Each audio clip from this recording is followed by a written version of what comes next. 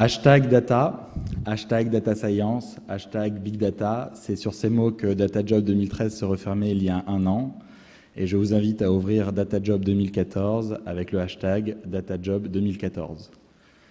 Bienvenue et merci d'être venus aussi nombreux vous déplacer pour la deuxième édition du salon de rencontres et de recrutement des métiers de la data. J'aimerais, avant d'introduire notre premier speaker, remercier deux personnes qui ont été à l'origine de DataJob l'année dernière et qui ont été particulièrement aimables à mon égard pour me donner l'effort de créer cet événement. J'aimerais remercier Ariane de SAS et Arnaud de Bluestone. Et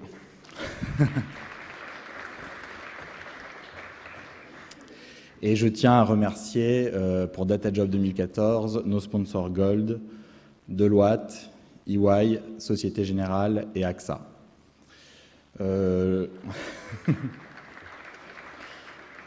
vous invite à profiter de cette journée, je vous invite à rencontrer un maximum de personnes. Si vous cherchez un job, évidemment, à vous présenter auprès des recruteurs, des différents exposants pour exprimer ce que vous recherchez, les profils de carrière que vous aimeriez avoir. Je vous invite à networker, à comprendre la particularité de ce nouveau métier, la particularité de cette révolution industrielle dans laquelle nous nous insérons. Et je vous invite aussi à écouter les conférences de très grande qualité qui aborderont des sujets techniques, des sujets scientifiques et des sujets professionnels. J'ouvre officiellement DataJob 2014 et j'invite sur scène Henri Verdier.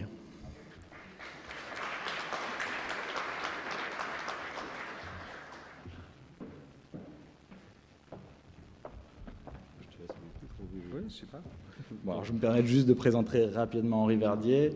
Vous êtes le directeur d'Etalab, le service du Premier ministre chargé de l'ouverture des données publiques. Vous êtes devenu récemment administrateur général des données, ce qu'on appelle le Chief Data Officer. Et je vous invite donc à ouvrir DataJob 2014. Merci beaucoup.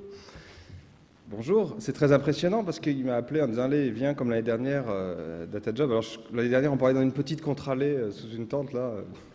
Donc je suis venu, je vois que ça grandit vite, je vois qu'on est au théâtre maintenant. Donc je pense que l'an prochain c'est le Petit Palais et puis après c'est le Grand Palais et puis après ce sera le Palais de l'Élysée peut-être, je ne sais. Donc bravo, et ça fait plaisir. Et puis alors c'est devenu tellement important DataJob que dans les jours qui précèdent, il y a plein d'articles de presse, c'est sûrement un rapport. Et vous avez vu, et je vais ouvrir avec ça et terminer avec ça, on commence aussi à contester un peu les big data. Et cette semaine, moi j'ai vu deux papiers intéressants. Et ils sont intéressants parce qu'il faut les prendre au sérieux. L'un qui dit il y a ce fameux article de la Harvard Business Review qui dit que la chute dramatique de Tesco, c'est parce qu'ils ont fait trop confiance aux data et qu'ils ont perdu le contact avec leurs clients et qu'ils n'ont pas vu leur dévissage programmé et qu'ils se sont plantés. Et l'autre, c'est un sondage dans l'usine Nouvelle hier qui dit que 56% des entreprises françaises n'ont même pas essayé d'utiliser leurs ressources de données et de rentrer dans les data science. Là, Jérémy, il flippe en disant « mais il devait dire le contraire ». Mais ce que je vais essayer de vous dire, c'est que c'est juste qu'il ne faut pas céder. Enfin, dès qu'un truc devient à la mode, ça devient un buzzword. Et ensuite, il y a des gens qui disent n'importe quoi avec le buzzword et qui se plantent et qui oublient de regarder la réalité qui est en dessous et de faire les choses sérieusement. Et donc, très brièvement, moi je voulais partager, puisque tu me laisses l'occasion d'ouvrir cette rencontre, un peu ce qu'on fait dans l'État. Et je crois que même en vous énumérant en 10 minutes 5 ou 6 actions importantes qu'on a faites l'année écoulée, vous allez voir que côté État, la donnée, la culture de la donnée, toutes les formes de travail avec la donnée, c'est en train de devenir, et c'est de manière fulgurante, au cœur du projet de réforme de l'État. Et que, par ailleurs, et c'est rassurant, je crois, tous les indices qu'on a montrent que, comme on s'en doutait, la France est une sorte de leadership sur ces questions-là. On est, en tout cas, plus que largement au niveau de nos collègues mondiaux. Là, on en est à discuter avec de grands pays de la modernisation de l'État ou du numérique qui viennent voir ce qu'on fait ici et comment on le fait et pourquoi on le fait. Et ça, c'est parce qu'on a un écosystème que vous représentez aujourd'hui qui est de top niveau mondial, c'est-à-dire en informatique, en data science, en digital, en stats, en entrepreneurship, en grandes entreprises, dans des métiers de service où on manipule beaucoup de données et où on a besoin de savoir designer du service. On n'a pas grand-chose à envier à grand monde et on peut penser ici à la frontière de l'innovation. Et il faut vraiment en être convaincu. Alors brièvement, comme tu l'évoquais, moi j'ai rejoint l'administration avec un passé d'entrepreneur il y a 2 ans, d'abord pour m'occuper de l'open data. Alors retenons quand même ça, c'est que les data science, la science dure, la stat très profonde, les régressions linéaires, les matrices cubiques, etc., c'est important, mais déjà, souvent, faire un peu circuler la donnée à qui en a besoin, la rendre activable, faire en sorte que certains qu'on s'en serve, c'est important. Et au fond, c'est ce que fait l'open data. Donc vous le savez, l'open data, c'est l'idée que la puissance publique doit partager dans des formats ouverts, activables, gratuits et librement réutilisables le plus possible des informations qu'elle détient. Et au fil du temps, vous pouvez aller voir sur data.gouv.fr, ça commence à faire des données intéressantes. On commence même maintenant à avoir des datasets susceptibles d'intéresser les data scientists que vous êtes, si vous voulez vous entraîner. Je ne sais pas, la base sur plusieurs années de la géolocalisation horodatée de tous les accidents de la route, ça commence à devenir un beau dataset. Les prix de l'essence dans toutes les stations-service depuis 10 ans, ça commence à devenir un beau dataset, où il y a des corrélations assez marrantes à chercher. Les prix des médicaments sur 10 ans, qu'on mettra bientôt en ligne, ça commence à devenir un beau dataset. Bon, alors ça c'est l'open data. Et quand vous travaillez l'open data, d'abord vous travaillez la démocratie et la qualité de la vie démocratique. D'abord parce qu'on rend des comptes. Ça, je crois que citoyens, contribuables, électeurs que nous sommes, moi personnellement, je suis rassuré que désormais la réserve parlementaire, les 138 millions d'euros que les députés peuvent distribuer de manière discrétionnaire, et c'est très bien, il y a toujours des petits ajustements à faire sur une circonscription, mais maintenant on sait qu'est-ce qu'ils donnent à qui. Et c'est nouveau dans l'histoire de France, ça n'existe que depuis 2 ans. Et puis c'est la démocratie parce qu'on crée des interfaces, des lieux de contribution, des lieux de coopération, des lieux de concertation. Et donc retenez ça aussi dans les organisations qui sont les vôtres. Quand on décide de partager un peu la donnée, le plus important, c'est d'écouter ensuite ce que les gens font avec, ce qu'ils en pensent, les questions qu'ils nous posent, de répondre à ces questions, d'en profiter pour créer de l'intelligence collective, etc. Donc il y a cette dimension dans l'open data. Il y a une deuxième dimension qui est le soutien à l'innovation.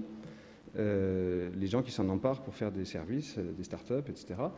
Alors ça marche, mais ça marchait déjà l'année dernière, je n'y reviens pas. Il y a des centaines de startups en France qui ont été fondées sur des données publiques. Peut-être à poser aussi, là, ce matin, on sent de plus en plus à quel point il y a des infrastructures de données qui sont des infrastructures économiques critiques. L'exemple canonique dans le monde de l'open data, c'est le réseau GPS. Toute l'industrie des services mobiles est fondée sur un système de données, en fait. C'est-à-dire, au fond, le réseau GPS, c'est la géolocalisation de 36 satellites qui vous permet, vous, de positionner votre propre smartphone par rapport à la position actuelle de ces satellites. C'est donc une infrastructure de données et ça fait naître une filière industrielle entière et ça commande cette filière industrielle. Mais dans l'énergie, dans le transport, dans le tourisme, dans la santé, etc., il y a probablement d'autres filières industrielles suspendues à des données qui sont latentes. Et quand on sait jouer les stratégies de plateforme, on peut faire beaucoup de choses avec des stratégies de diffusion de la donnée. Et puis la troisième raison, c'est là où on aura le plus besoin de vous, c'est l'efficacité de l'État lui-même. Et là aussi, on parle, le gouvernement des algorithmes, Tim O'Reilly, etc., de l'efficacité que nous donnerons, et c'est vrai, les data-driven strategy, les nouvelles capacités de trouver des corrélations, de mieux targeter nos efforts, de mieux faire les contrôles fiscaux, de mieux aider les startups. C'est une question importante à la BPI. Mais d'abord, il faut que les données sortent des silos et circulent un peu. D'abord, il faut que la ministre du Logement connaisse les prix de l'immobilier en temps réel, ce qui n'est pas le cas à l'heure où je vous parle. D'abord, il faut que la BPI sache combien il y a d'entreprises de taille intermédiaire en France, ce qui n'est pas le cas à l'heure où je vous parle. Et donc là aussi, l'efficacité, ça ira jusqu'au prix Nobel jusqu'au Medaifield, mais ça commencera par des choses simples qui vont décloisonner de bureaux, désiloter de bureaux, faire des règles de 3 avec des tableurs Excel. Et c'est un continuum, il faut commencer par le simple et ne pas avoir peur du un peu plus complexe. Donc ça, c'était déjà ce que j'aurais pu vous dire l'année dernière, mais ça reste important, donc je le redis. Alors ensuite, cet hiver, je vais le faire très très vite, mais on a exploré d'autres stratégies fondées sur la donnée, si je puis dire, d'autres dimensions. Et chaque fois, on a eu des surprises magnifiques. Alors l'un de ces projets, c'est OpenFisca. Donc il y a 1 an, on mettait en open data, depuis 2 ans déjà, le budget de l'État, les lois de finances. Mais les lois de finances, c'est des centaines de pages, souvent en PDF. On essaye de combattre ce tropisme, mais ça nous arrive en PDF à nous. Et vous et moi, on aurait beaucoup de mal à activer ce savoir. C'est du savoir, mais il est littéraire, il est écrit, et à en faire quelque chose. Et donc, on a été approché par des gens du CGSP, du Conseil général de la stratégie et de la prospective, qui avaient constitué autour d'eux une communauté de libristes, c'est des contributeurs bénévoles à un logiciel libre, pour faire le modèle de micro-simulation de tout le droit fiscal et social. Vous pouvez aller voir, ça s'appelle openfisca.fr. Donc nous, on a trouvé que c'était génial. On s'est dit, dans une stratégie d'empowerment, filer des données, c'est bien. Filer des modèles, c'est beaucoup mieux. Filer des modèles activables à travers des API, etc. et open source, c'est encore mieux. Donc on aide ce truc. Et on a aidé à terminer le code, mais le code en Python, hein, des 400 règles et de leur enchevêtrement incroyable qui font le droit fiscal et social. Je ne sais pas si vous savez, par exemple, mais le foyer, le ménage et la famille, c'est pas la même chose pour le fisc. Et quand vous faites une loi, le simple fait, et les députés, ils n'y pensent pas tout le temps, que l'assiette de la taxe, ça soit le foyer, la famille ou le ménage, ça a des conséquences en cascade sur tout le reste. Et il y a des boucles de retour, et il y a des trappes au chômage, et il y a ceci et cela. Donc on a mis le modèle en open source. Et quand on a fait ça, l'activation qu'a provoqué la libération d'un modèle, et pas seulement de la donnée, s'est révélée essentielle. Donc on a vu d'abord plein d'administrations converger là-dessus, débugger leurs propres modèles, les fusionner pour les enrichir. On a vu des équipes de recherche, celles de Piketty et d'autres, qui sont venus dire « Ah bah moi aussi j'avais un modèle », on a débugué les modèles respectifs, on a partagé des données. Et puis on a vu des tas de gens dire « Ah bah s'il y a ça qui marche, il n'y a plus qu'à se baisser pour s'en servir », je peux régler des tas de problèmes. Et par exemple, il y a un problème qui traînait dans l'État depuis des années, qui est le non-recours au droit. En fait, les gens qui ont le plus besoin d'aide, ils ont droit à des aides. La loi est bien faite, mais ils ne le savent pas. Et les agents au guichet, ils ne savent pas non plus que les gens ont droit à ces aides-là. Donc on a fait, en quelques mois, ça a pris 4 mois, à partir de ce moteur, le service mesaides.gouv.fr, où on vient, on remplit, on décrit notre situation. Alors des fois c'est très simple, je suis étudiant, célibataire et sans emploi, c'est simple. Des fois c'est très compliqué, si vous êtes agriculteur, il faudra plutôt remplir 40 cases. Et ça vous dit toutes les aides auxquelles vous avez droit, et ça dit aux agents au guichet toutes les aides auxquelles ont droit les gens qui sont en face d'eux. Et ça rend de grands services parce qu'on a pris la donnée, mais qu'on l'a travaillé comme un modèle et qu'on a rendu ce modèle activable, quoi. C'était un projet. Si je parle autant de tous les projets dont je voulais vous parler, je vais sortir des 20 minutes, donc je vais faire un peu plus vite.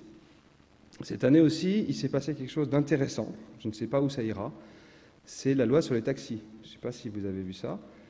La situation des taxis, elle est assez intéressante. C'est que les taxis français n'arrivent pas du tout à résister à Uber, dont la puissance vient de sa capacité à utiliser brillamment les données de géolocalisation de ces taxis pour des services.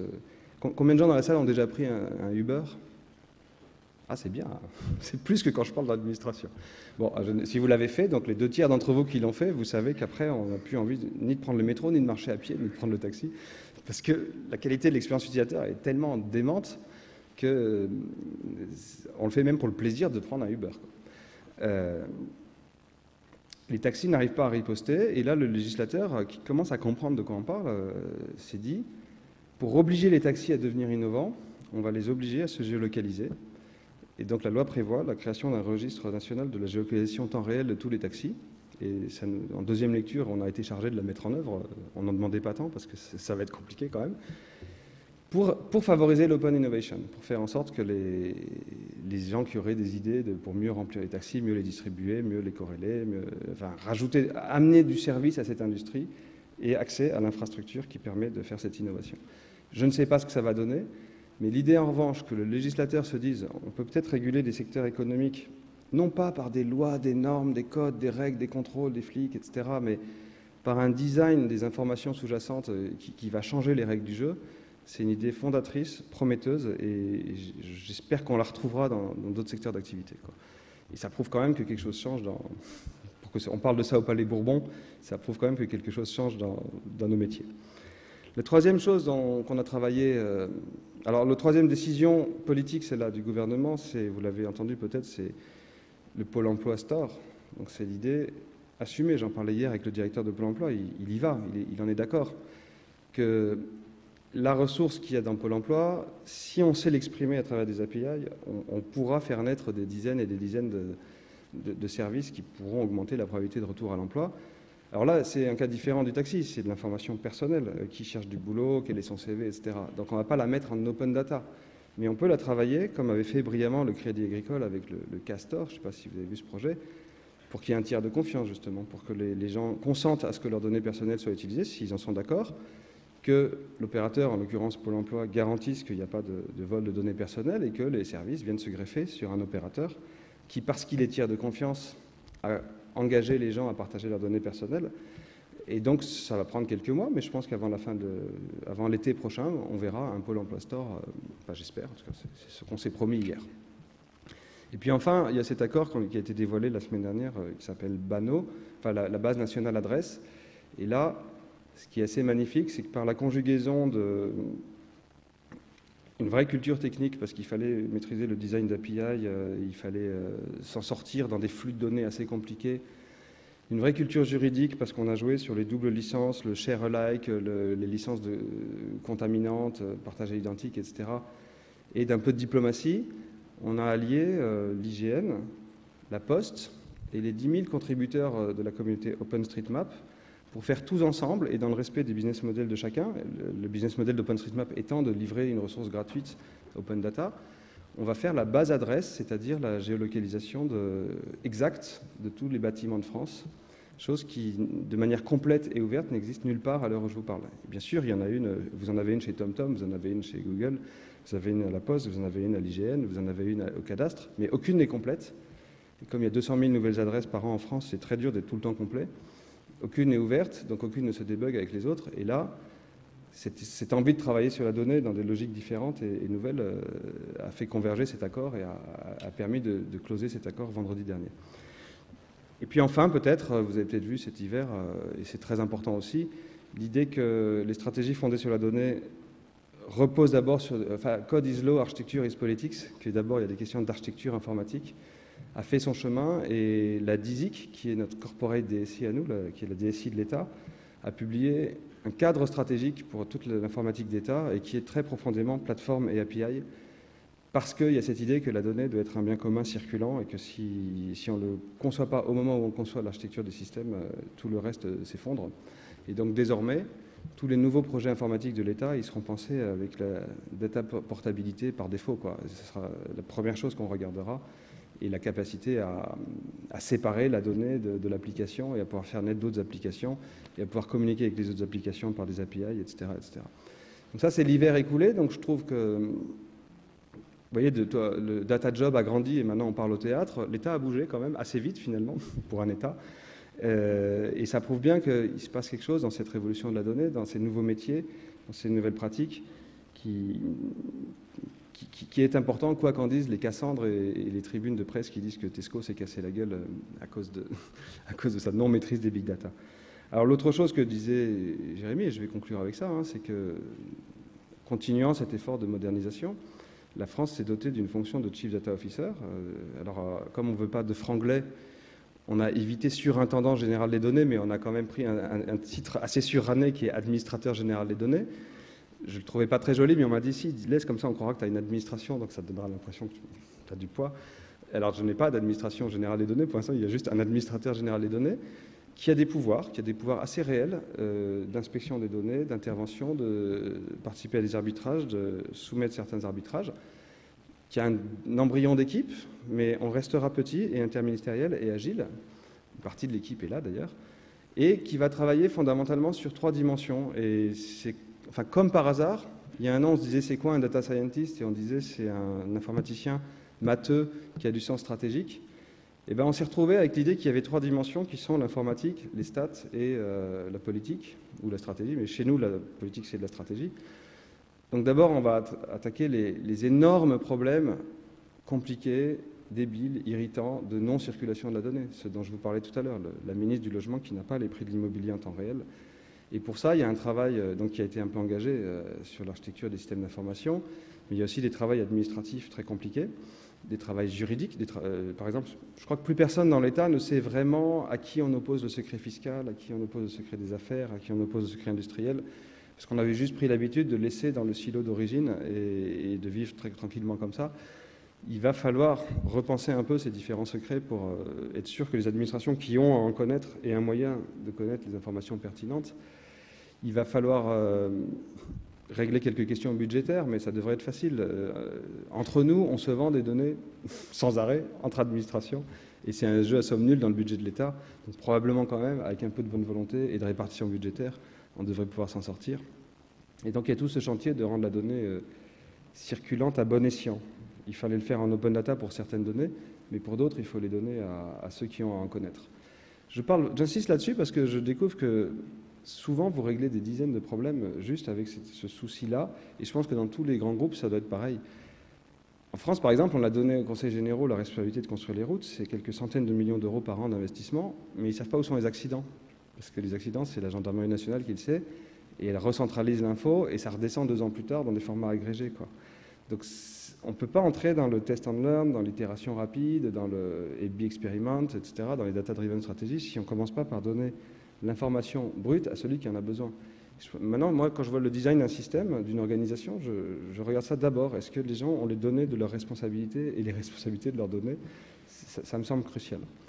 La deuxième mission de cet administrateur des données, ça va être de faire naître la culture des data science, la faire prospérer dans l'État, nous apprendre à régler les problèmes par des data-driven strategies.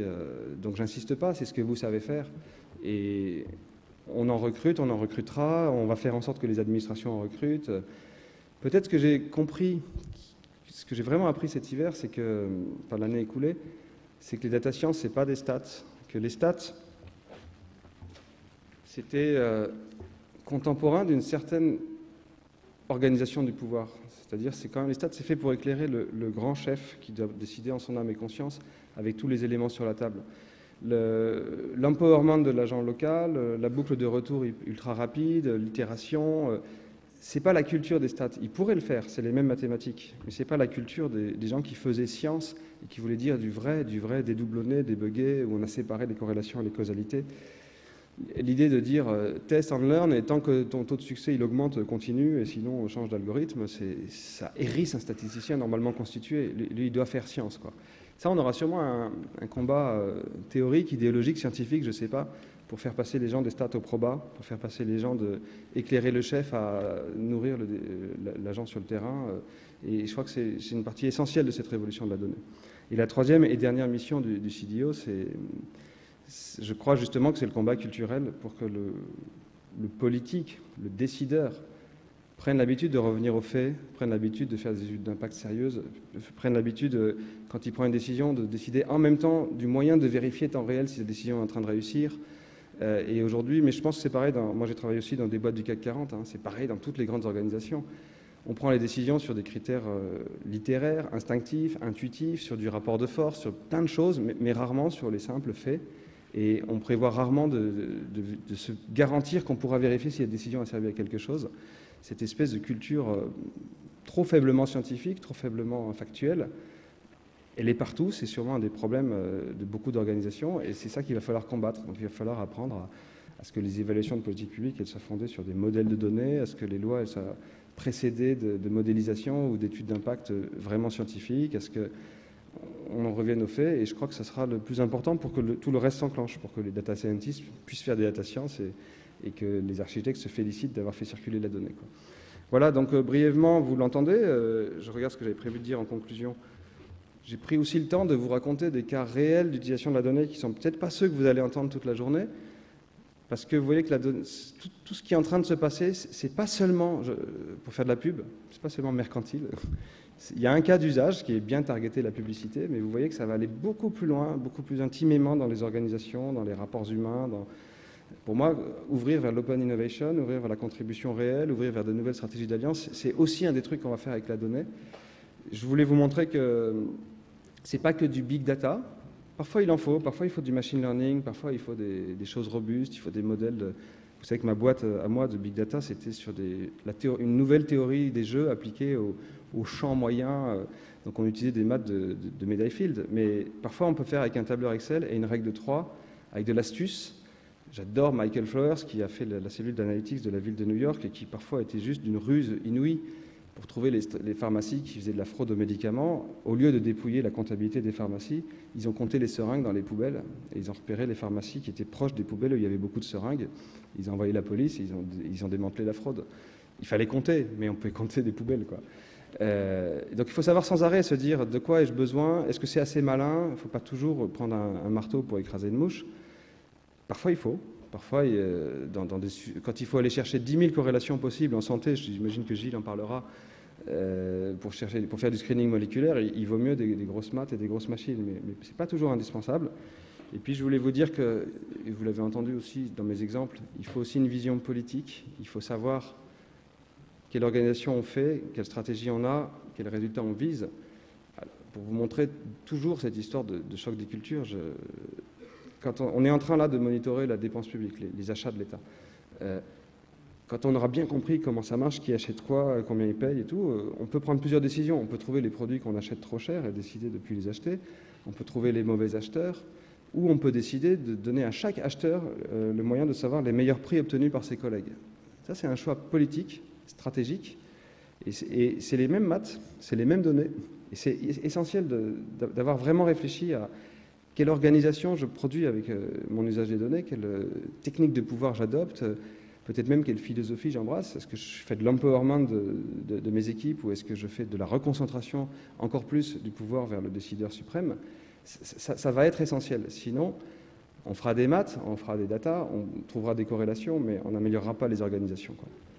Et je crois que je vous l'ai montré, la France prend ça au sérieux et elle a la chance de s'appuyer sur cet écosystème extrêmement créatif de rang mondial. Et ça peut être un des sujets où nous brillerons dans le public, dans le privé, dans nos startups, dans nos grands groupes. L'histoire de la révolution numérique, je vais terminer avec ça, c'est des batailles successives, pas si corrélées que ça. Il y a eu la bataille des microprocesseurs, il y a eu la bataille des systèmes d'exploitation, il y a eu la bataille des télécoms, il y a eu la bataille d'Internet. On commence la bataille des data, les compteurs sont remis à zéro, la France peut s'en tirer très très bien. Alors bonne journée et à bientôt.